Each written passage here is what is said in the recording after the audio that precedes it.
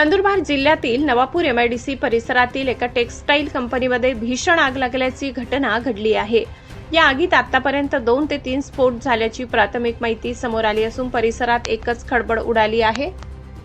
Navapur MIDC मधील E21 Shri निझो fashion private limited या टेक्सटाईल कंपनीमध्ये आज अचानक भीषण आग लागली। ही आग इतकी भीषण होती की काही वेळातच संपूर्ण कंपनी परिसर धुराच्या लोटांनी व्यापून गेला।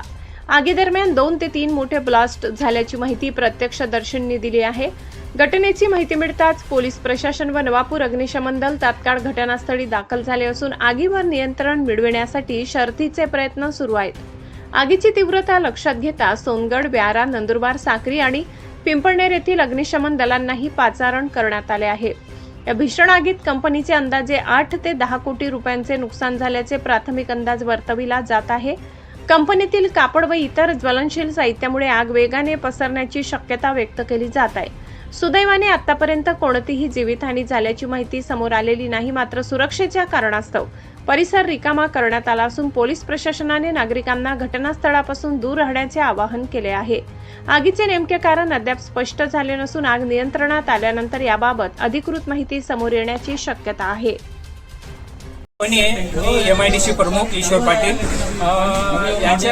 याच्यामध्ये यान आहे आणि परत धागा आहे आणि परत बनवलेला कपडा आहे।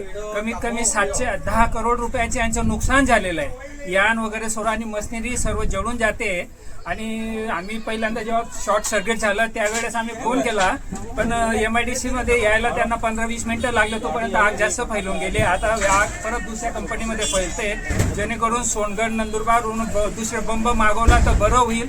आम्ही यावेळी प्रशासनाला विनंती करतो आणि आमचे जे रमेशभाई जसुले यांची श्रीनिवासन म्हणून कंपनी आहे, ही वॉटर जेट आहे यांचीवाली, आणि लवकरात लवकर प्रशासनाने बंबांची व्यवस्था करावी मी विनंती करतो नवापूर एमआयडीसी अध्यक्ष या नात्याने।